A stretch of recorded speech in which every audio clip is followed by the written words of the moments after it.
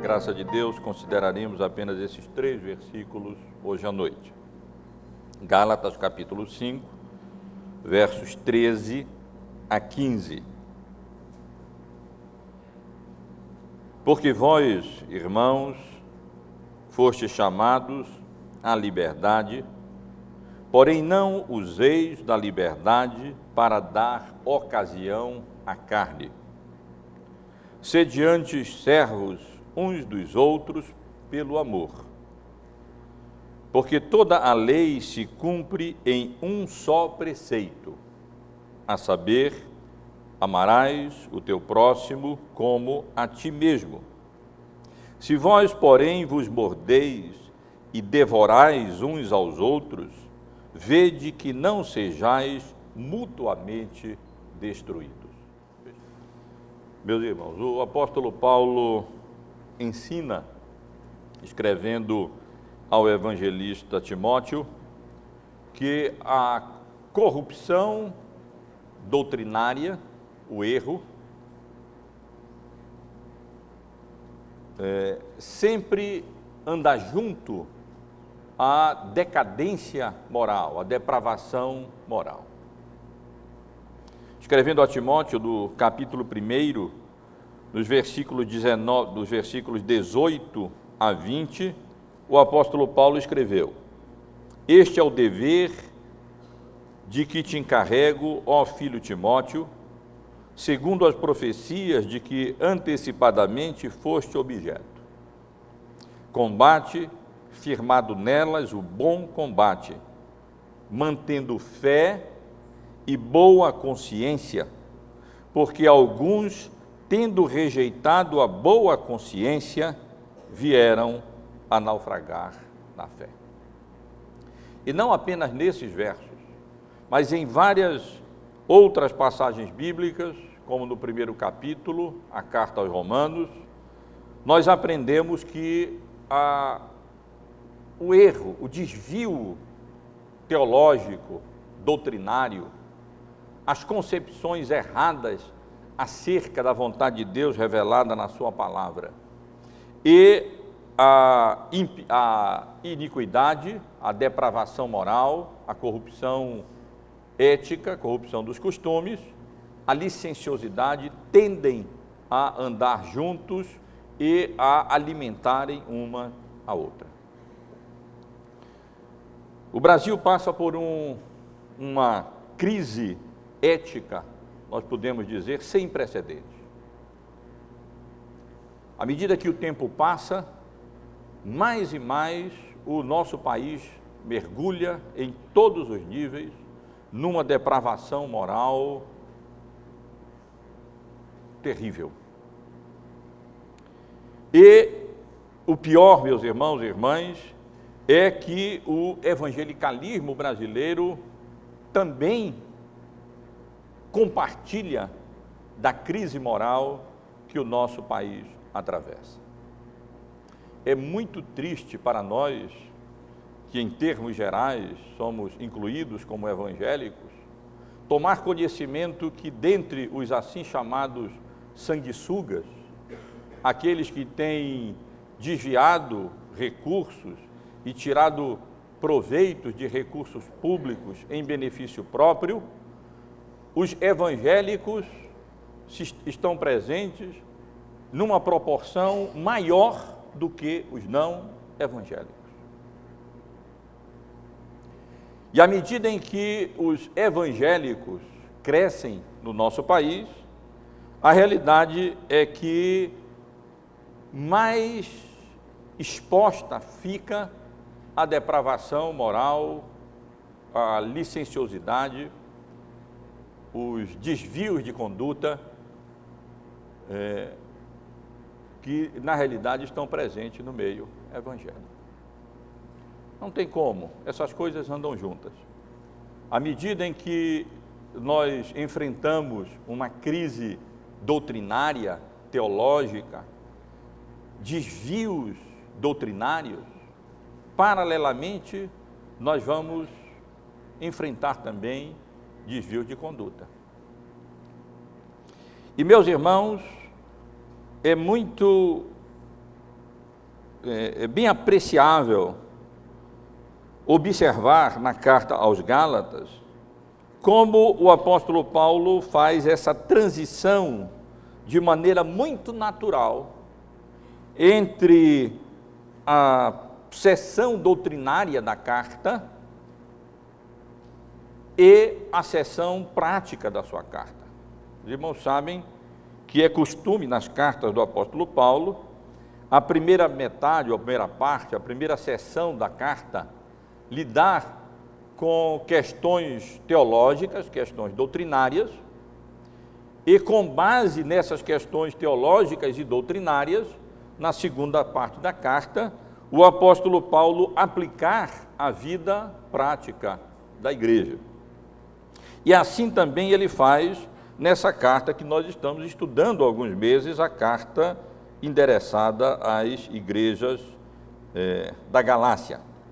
Há aqui uma transição muito natural entre a parte doutrinária e a parte prática.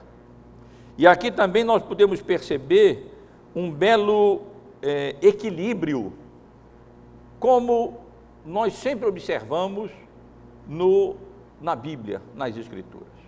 Vejam, irmãos, que depois do apóstolo Paulo haver admoestado as igrejas da Galácia contra o perigo do legalismo, ele agora equilibra esse ensino, admoestando também a igreja contra o perigo de desviar a preciosa liberdade que nós temos em Cristo em libertinagem, em licenciosidade.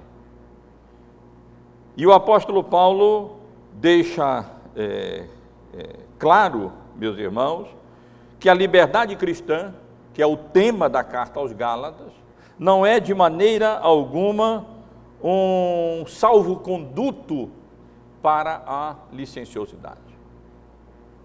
Que a igreja não deve, de maneira nenhuma, confundir a liberdade cristã com um habeas corpus para o pecado, ou com uma licença para desvios de conduta, para fazer aquilo que a nossa natureza pecaminosa deseja fazer. A realidade é que a liberdade cristã não isenta o crente das obrigações morais. O crente, na dispensação do Evangelho, ele está livre da lei cerimonial, e temos visto como o apóstolo Paulo enfatiza essa verdade, quando ele diz que para a liberdade foi que Cristo nos libertou, permanecei, pois, firmes, e não vos submetais de novo a jugo de escravidão. Pela misericórdia e graça de Deus, vivemos numa época, numa era, em que não estamos mais sujeitos a todas aquelas prescrições e ordenanças cerimoniais debaixo das quais vivia o povo de Deus, a igreja de Deus na antiga dispensação. Não devemos de maneira nenhuma retornar aos rudimentos do mundo, como o apóstolo Paulo admoesta insistentemente aqui na carta aos Gálatas, seja em termos do paganismo, ou seja em termos da religião do Antigo Testamento, ou dos preceitos e das cerimônias do Antigo Testamento. Enfaticamente, o apóstolo Paulo admoesta os seus leitores nessa carta que, como crentes na dispensação do Evangelho, nós estamos livres da condenação da lei. Mas isso, ou essa liberdade, tanto das leis cerimoniais, como da condenação e da maldição da lei, não significa de modo algum que nós estamos livres da obediência à lei moral como expressão da vontade santa de Deus, como também expressão da nossa gratidão pela misericórdia e pela graça salvadora de Deus em Cristo Jesus. Que nem nos passe pela cabeça a ideia de, através de obras humanas, alcançar o favor de Deus em termos da nossa salvação.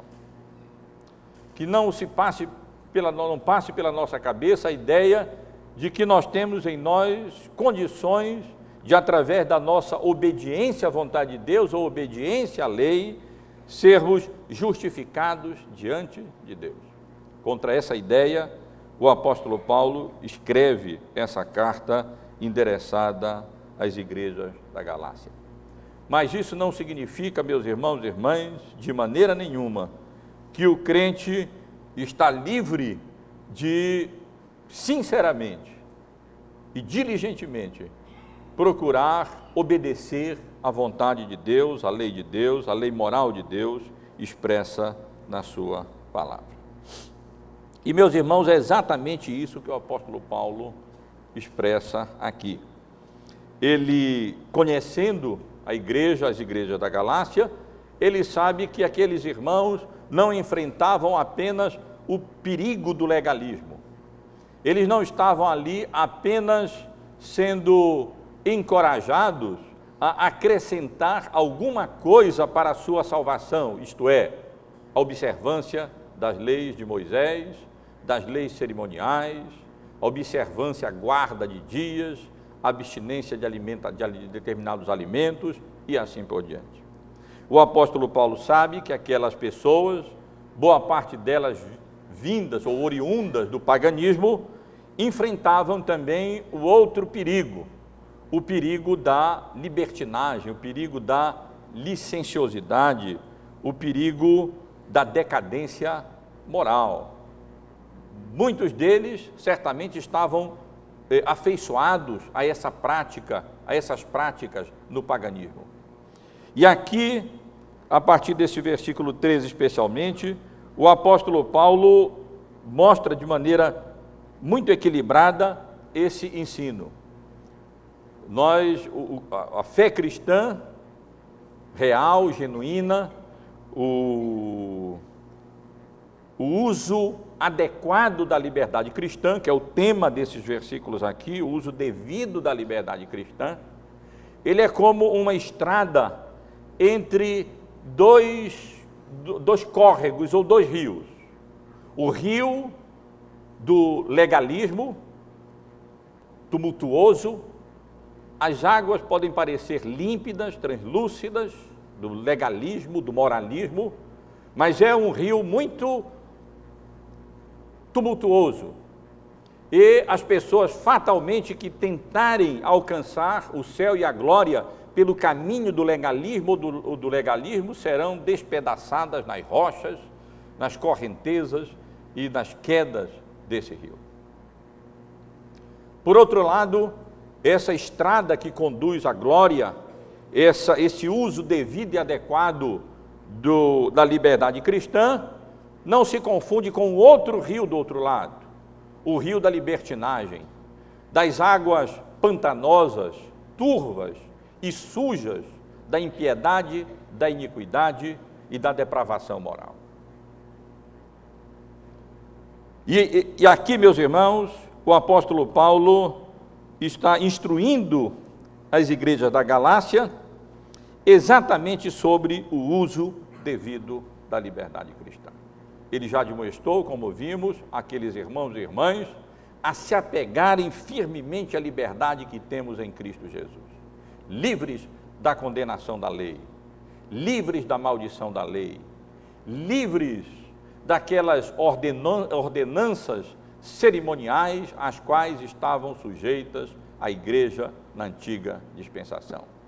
Mas nós não estamos livres de andar de maneira reta, íntegra e temente a Deus, de acordo com, observando a vontade de Deus revelada na sua palavra.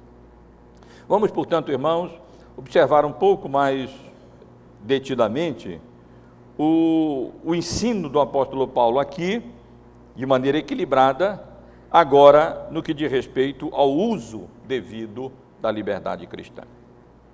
E eu chamo a atenção dos irmãos, em primeiro lugar, para o ensino do apóstolo Paulo, na primeira metade do versículo 13, onde ele deixa claro que para nós, como crentes em Cristo, usarmos devidamente a liberdade que Cristo nos concedeu, através do seu sangue derramado e da sua morte em nosso lugar na cruz do Calvário, nós temos que viver essa liberdade sem dar ocasião à carne.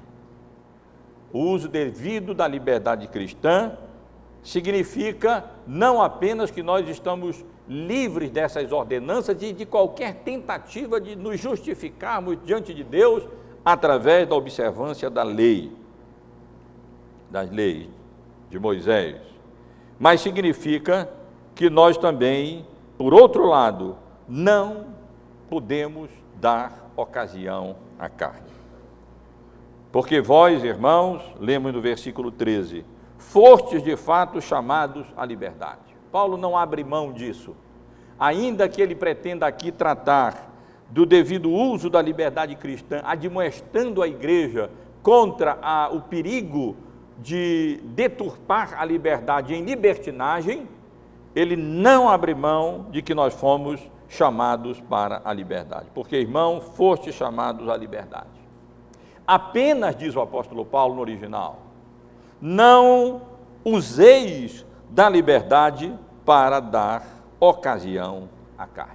E esse é o grande perigo, o outro grande perigo que as pessoas enfrentam. Um deles é tentar se justificar através de moralismo, através de obras humanas, através do cumprimento da lei, e assim se despedaçam nas rochas, quando tentam navegar por esse rio violento, impossível na realidade de ser alcançados, porque todos quantos quiserem se justificar diante da lei, eles têm que guardar toda a lei.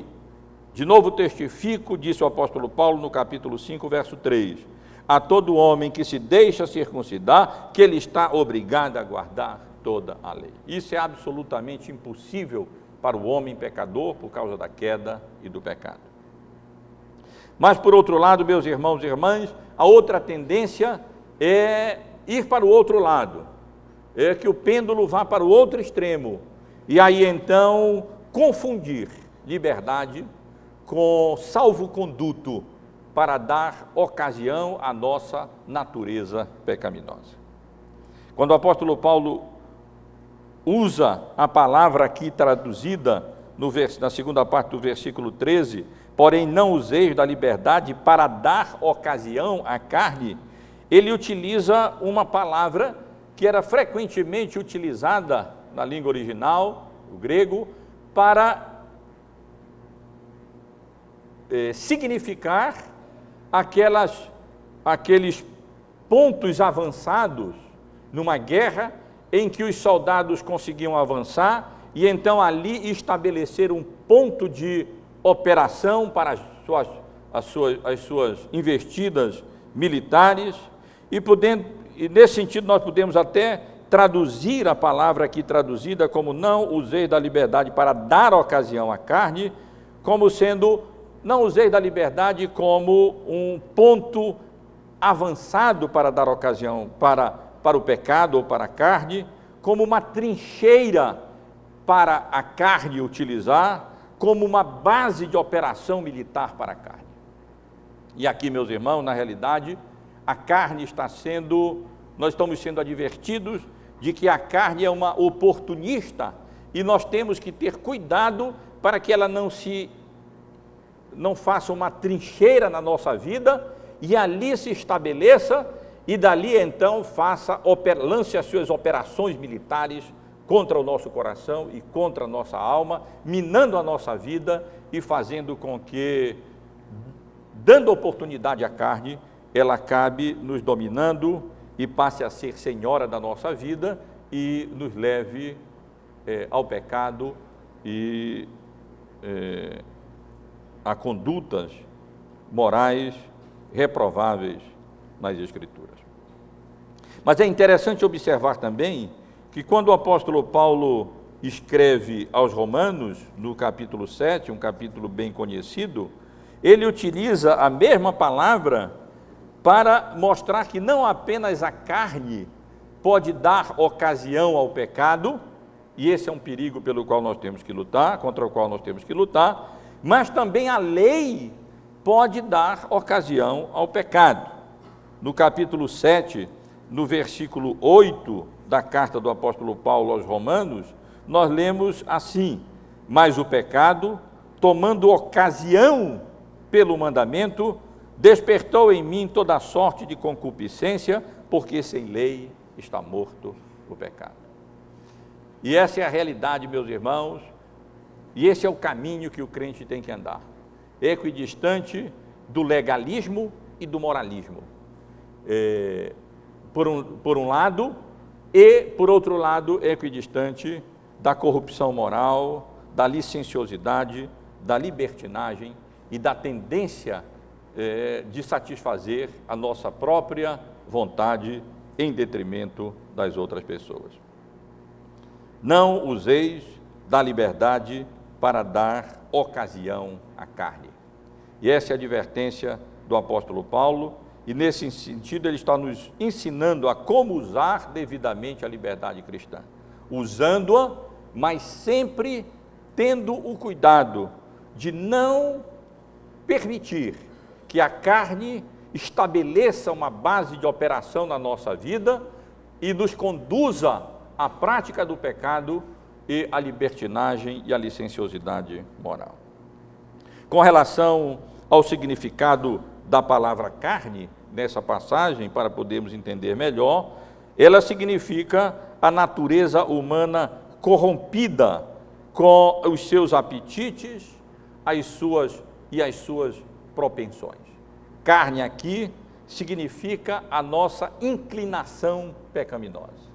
E o que o apóstolo Paulo, portanto, está dizendo é que nós temos que ter cuidado para não permitir que a nossa inclinação natural pecaminosa, que os apetites e propensões próprios da nossa natureza corrompida tenham oportunidade de expressão na nossa vida quando nós saímos de um lado e corremos para o outro e deixamos o moralismo ou legalismo e então corremos o risco de enveredar pela licenciosidade e correr para o pecado. Quando nós lemos a carta aos Gálatas, aparentemente o problema maior de licenciosidade entre os Gálatas, vamos dizer, os feitos da carne proeminentes entre os Gálatas, não é a impureza moral, sexual, a prostituição, embora o apóstolo Paulo venha falar nisso entre os frutos da carne. Logo a seguir, com a graça de Deus, nós estaremos considerando essa parte final do capítulo 5. Pelo conteúdo da carta toda, o problema maior, nesse sentido, que os crentes das igrejas da Galácia estavam enfrentando, nós vemos indicado aqui no capítulo 5, no capítulo 6, nos versículos 15 e ainda no capítulo 5, melhor dizendo, no versículo 20. Olha no capítulo 5, no versículo 15. Se vós, porém, vos mordeis e devorais uns aos outros, vede que não sejais mutuamente destruídos. E no verso 20, nos versos 20 e 21, nós lemos, eu vou ler desde o verso 19. Ora, as obras da carne são conhecidas e são prostituição, impureza, lascívia. Observe especialmente a partir do verso 20 a ênfase do apóstolo Paulo: idolatria, feitiçaria, inimizades, porfias, ciúmes, iras, discórdias, dissensões, facções, invejas. Parece que o problema maior, nesse sentido, que as igrejas da Galácia estavam enfrentando, dizia respeito exatamente a essa dissensão, a essas contendas, a esses problemas que eles estavam enfrentando entre uns e outros, por pensamentos diferentes no que diz respeito à doutrina. Havia ali, certamente, pessoas que estavam se deixando levar pela influência dos legalistas e estavam, de fato, defendendo que para a salvação não era necessário e não era suficiente apenas arrependimento e fé, mas era necessário também a observância e cumprimento das leis de Moisés.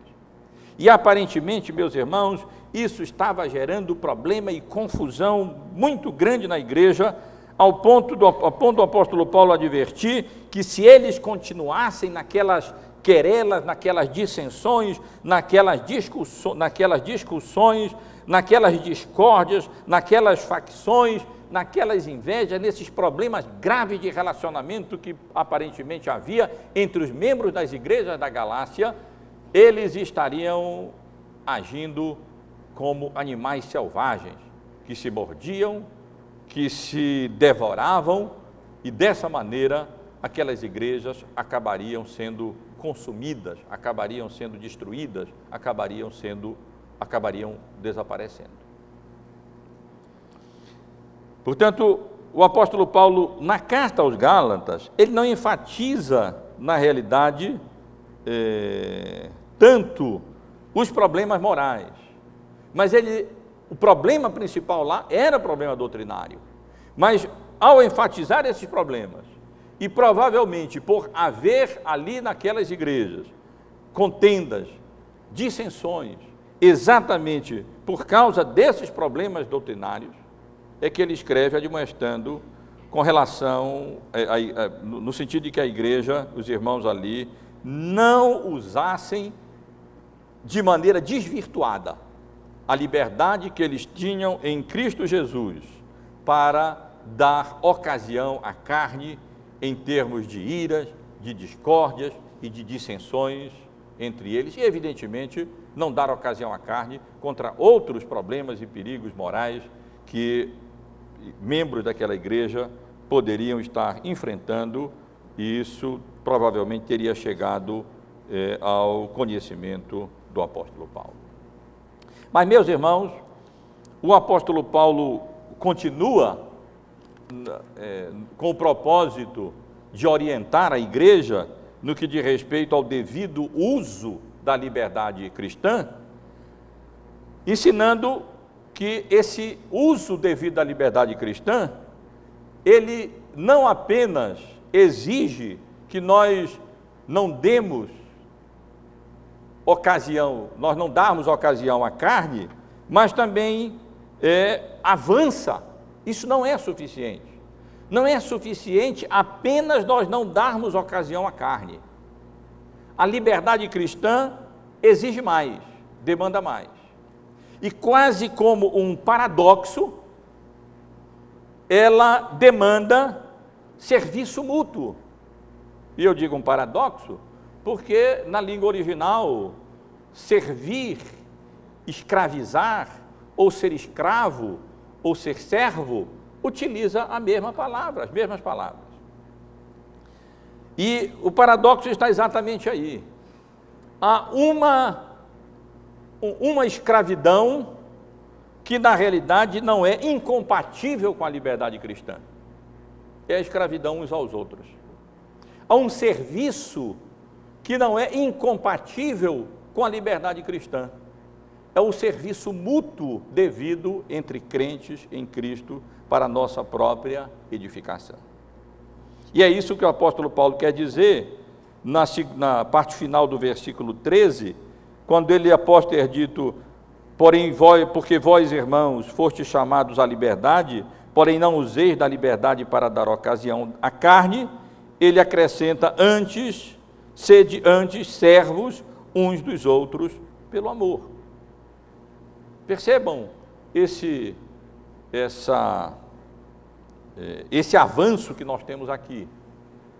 O devido uso da liberdade cristã não é alcançado simplesmente quando nós tomamos o cuidado e zelamos para não dar ocasião à carne, não permitir que a nossa natureza pecaminosa, depravada e corrompida estabeleça uma trincheira na nossa vida, uma base de operação na nossa vida, para que na nossa vida, para que de maneira oportuna ela nos conduza à iniquidade e ao pecado.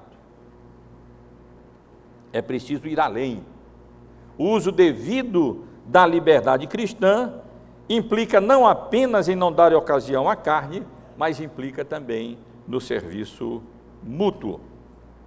E o apóstolo Paulo mesmo se apresenta como servo de Deus e se apresenta como servo da igreja. E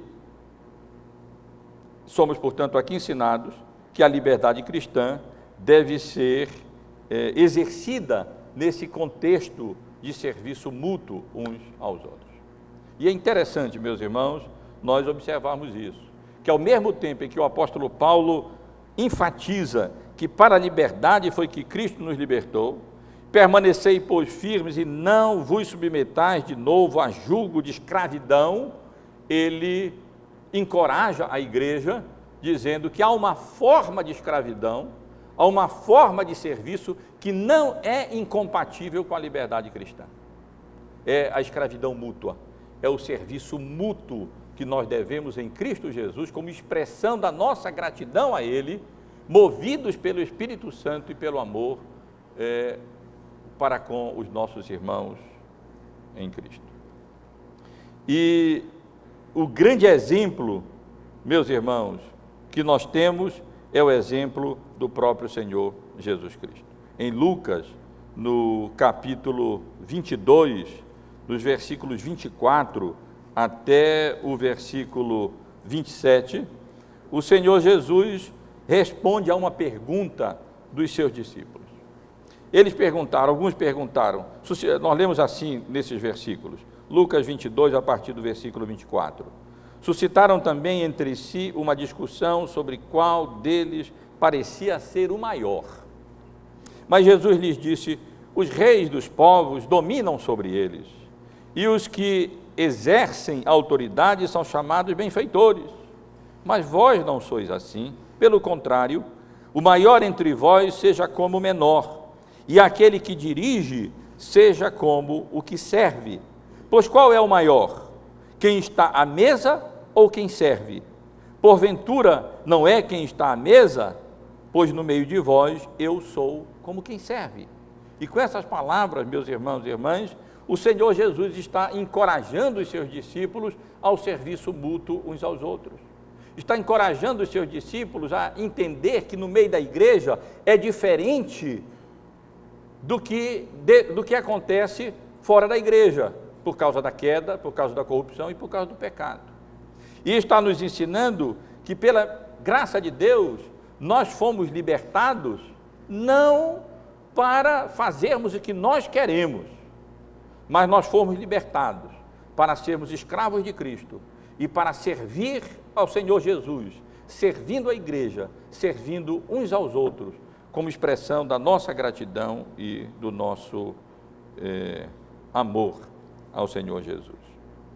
E é interessante também observar, e o apóstolo Paulo chama atenção para isso, nesse versículo, que esse serviço é realizado pelo amor, isto é, através do amor, isto é, ainda, motivado pelo amor que nós temos uns para com os outros, por causa do amor através do qual Cristo nos amou.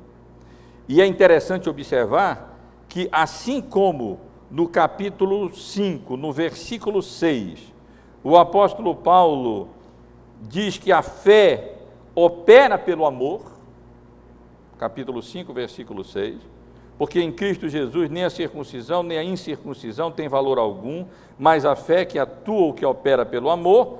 Aqui, no versículo 13, o apóstolo Paulo também ressalta o fato de que não apenas a fé atua pelo amor, mas também o serviço cristão atua pelo amor. A ênfase do apóstolo Paulo é não por causa dos ditames da lei, não por causa da intenção de alcançarmos justificação por causa da lei, como ocorre em várias religiões, mas por amor aos irmãos, porque nós amamos, porque Cristo nos amou primeiro, Ele nos capacita, nos qualifica a amar os irmãos e assim nós passamos a servi-lo. E motivados por essa menção que o apóstolo Paulo faz aqui no final do versículo 13, quando ele menciona que nós devemos ser servos uns dos outros pelo amor, o apóstolo Paulo avança mais no seu ensino no que diz respeito ao devido uso da liberdade cristã. E ele ensina que o uso devido da liberdade cristã ocorre quando nós não damos ocasião à carne, quando nós avançamos e mais do que isso, quando nós utilizamos essa liberdade cristã, não para o benefício próprio, mas para o serviço mútuo, mas ele avança mais ainda agora, quando ele diz que nós utilizamos a liberdade cristã, quando nós a usamos para amar ao próximo como nós amamos a nós mesmos. E aqui no versículo 14, o apóstolo Paulo cita Levíticos, no capítulo 19, no versículo 18 de Levítico, exatamente para demonstrar isso, quando ele diz: porque toda lei se cumpre em um só preceito, a saber, amarás o teu próximo como a ti mesmo. E é interessante também, meus irmãos, nós compararmos o que o apóstolo Paulo diz aqui e o que o próprio Senhor Jesus ensinou com o que ele tinha acabado de dizer no capítulo 5, no versículo 3.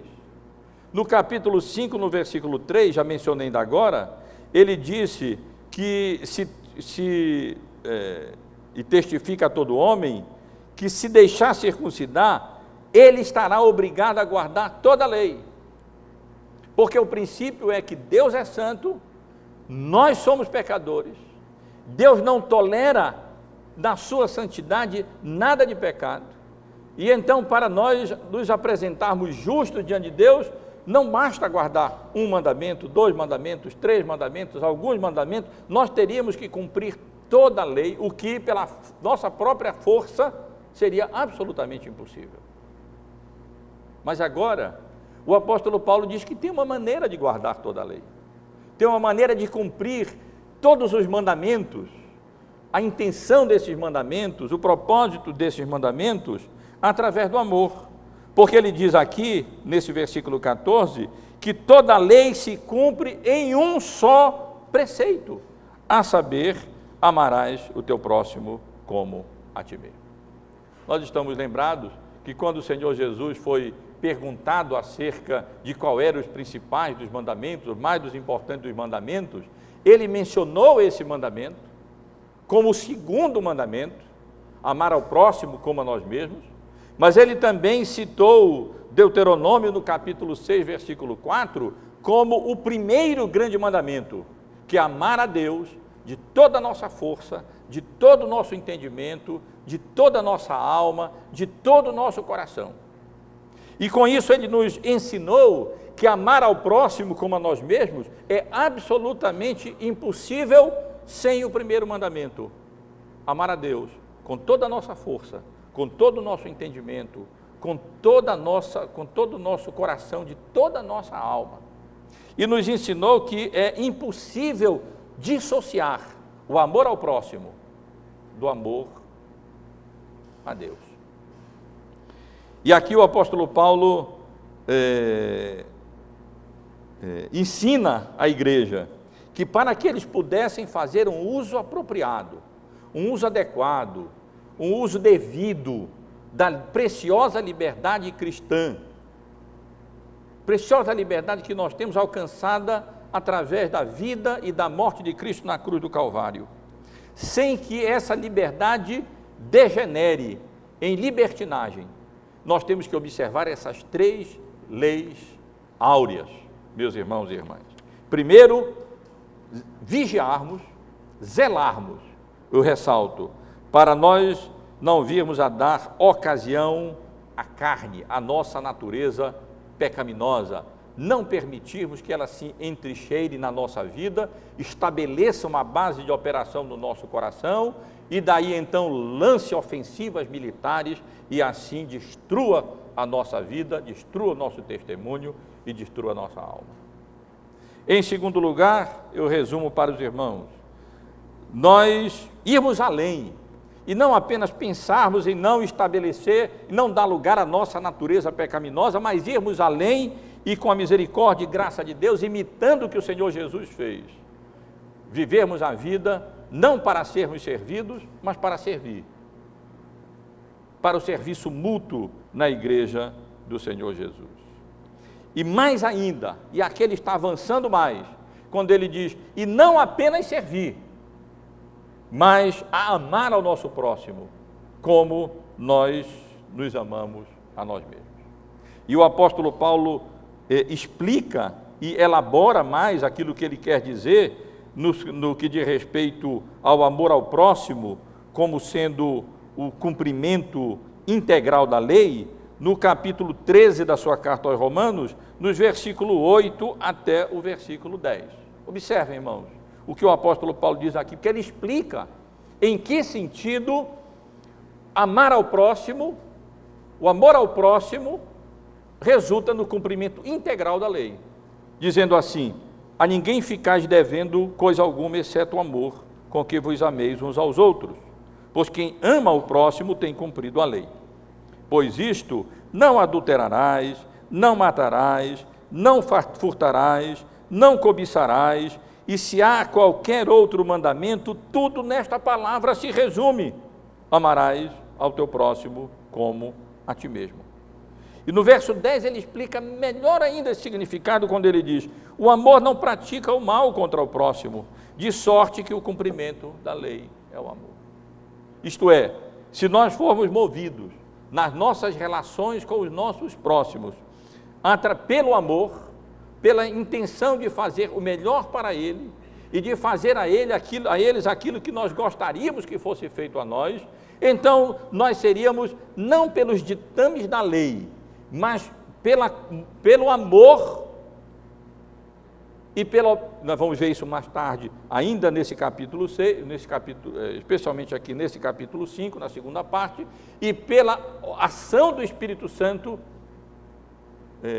peculiar nessa nova dispensação da graça, nessa nova dispensação do Evangelho, e seremos levados a obedecer a lei de uma maneira muito mais eficaz e perfeita e completa do que simplesmente tentando cumprir os mandamentos da lei de Moisés e especialmente com a ideia equivocada de através disso alcançarmos a justificação ou alcançarmos a salvação.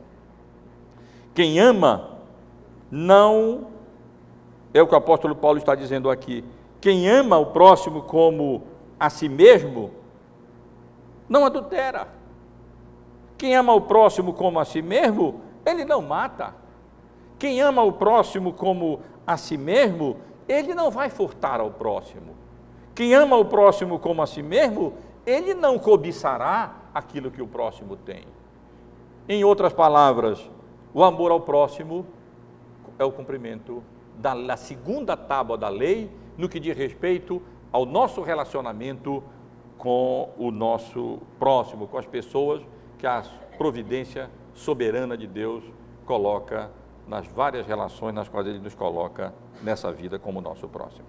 Mas a palavra de Deus nos ensina, meus irmãos, e isso nós precisamos ressaltar também, que ninguém ama o próximo de maneira agradável a Deus, com as motivações corretas, a não ser que ele cumpra o primeiro mandamento, ame a Deus, em primeiro lugar, todo o seu coração, toda a sua alma, com toda a sua força e com todo o seu entendimento. Porque aprendemos na Bíblia que nós amamos com amor divino, porque Deus nos amou primeiro.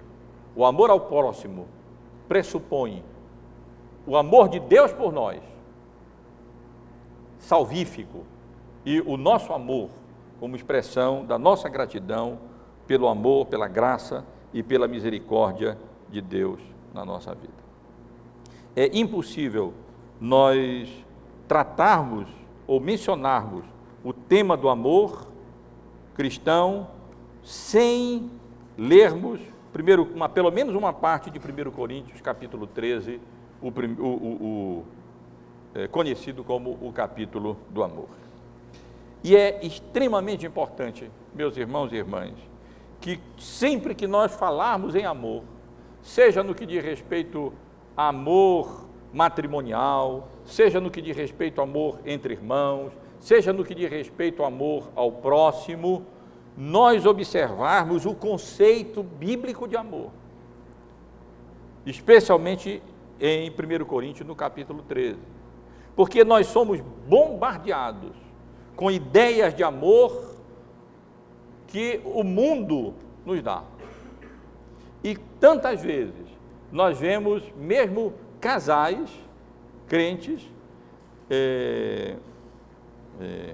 sustentando ideias bíblicas acerca de amor que são mais coerentes com os conceitos de filmes produzidos em Hollywood, ou de novelas, ou de romances, do que com o ensino da palavra de Deus.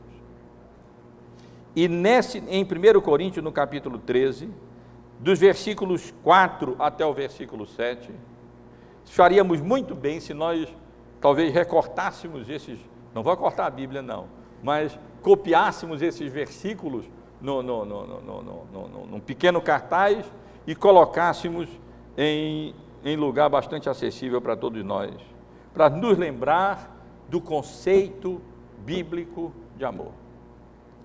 O amor é paciente, é benigno. O amor não arde em ciúmes, não se ufana, não se ensoberbece, não se conduz inconvenientemente, não procura os seus interesses, não se exaspera, não se ressente do mal, não se alegra com a injustiça, mas regozija-se com a verdade, tudo sofre, tudo crê, tudo espera, tudo suporta. No momento, nem precisamos aplicar isso ao amor entre marido e mulher, e poderíamos, marido e esposa.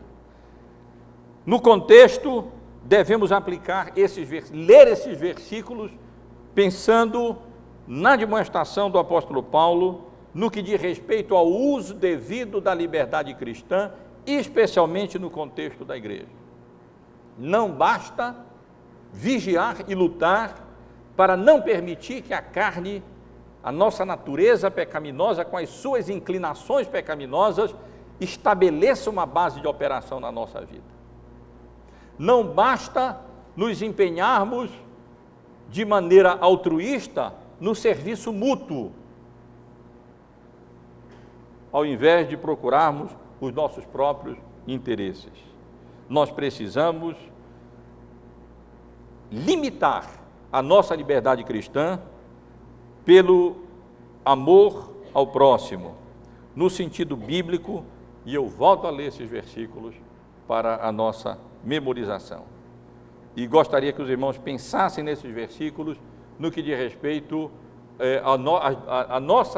ao nosso relacionamento como crentes em Cristo Jesus.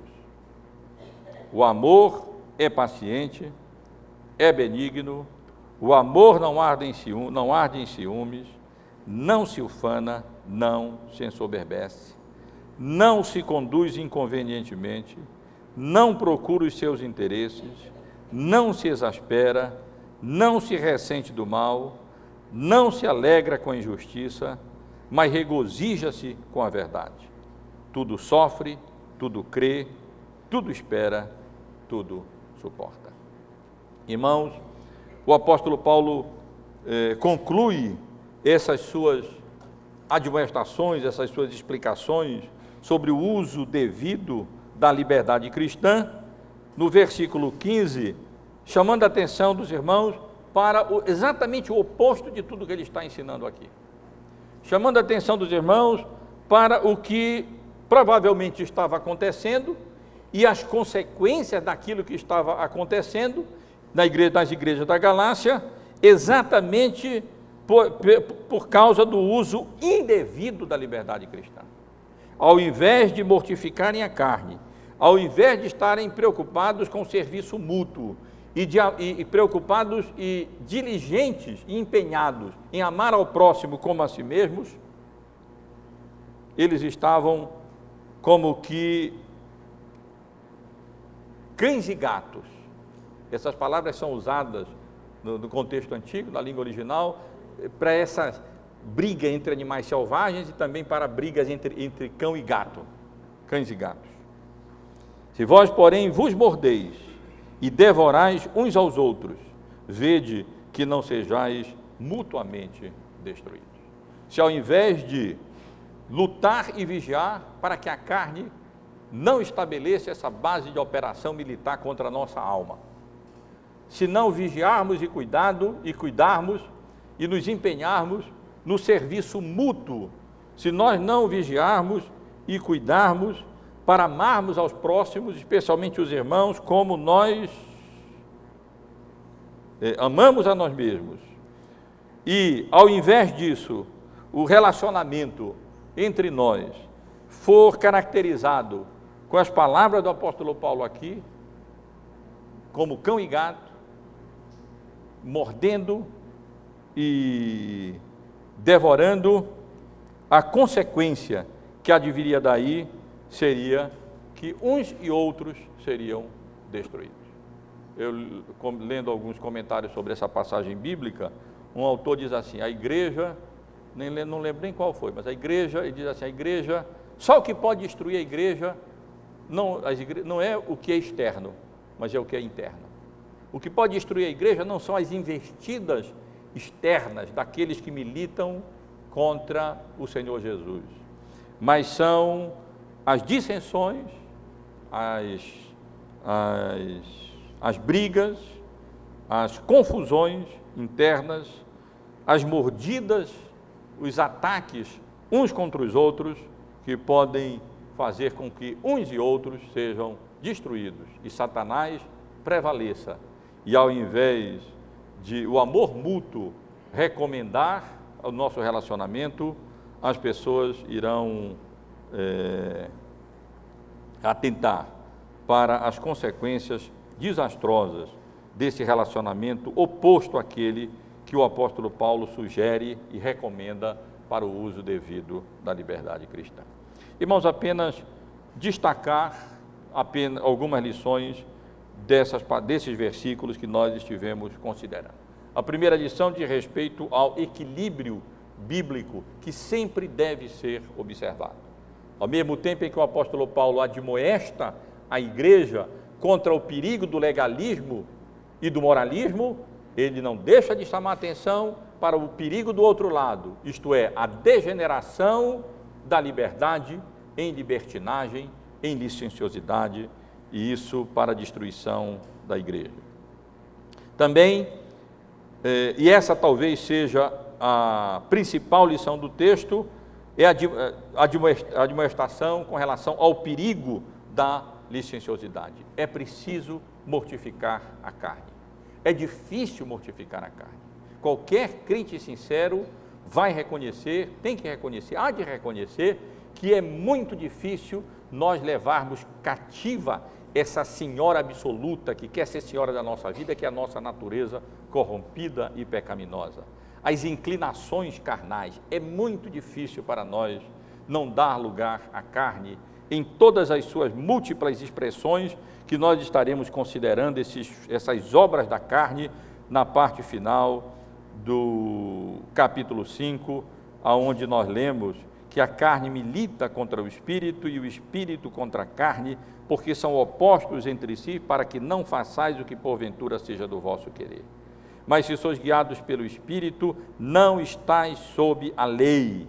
Ora, as obras da carne são conhecidas, são prostituição, impureza, lascívia, idolatria, feitiçaria, inimizades, porfias, ciúmes, iras, discórdias, dissensões, facções, invejas, bebedices, glutonarias, coisas semelhantes a essas, a respeito das quais eu vos declaro, como já outrora vos preveni, que não herdarão o reino de Deus os que tais coisas praticam. E nós, como crentes em Cristo, temos que reconhecer que é difícil lutar contra a nossa natureza corrompida e pecaminosa.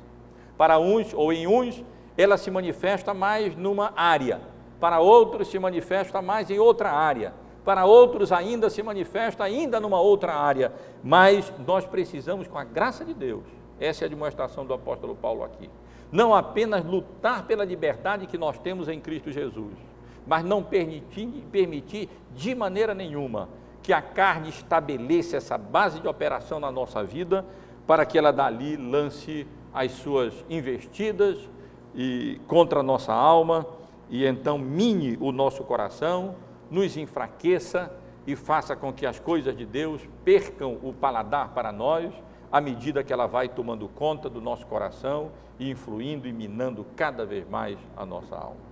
Essa é uma das principais lições que o texto nos dá, a necessidade de vigiarmos para que a liberdade cristã jamais se degenere em licenciosidade, na ideia de que nós fomos libertos, já não estamos debaixo da lei, e então agora nós estamos livres para fazer aquilo que nós bem quisermos. Não, a liberdade cristã não significa um salvo-conduto para nós realizarmos a vontade da nossa carne, mas significa sim um salvo-conduto para nós realizarmos a vontade de Deus e nos submetermos à vontade do Senhor.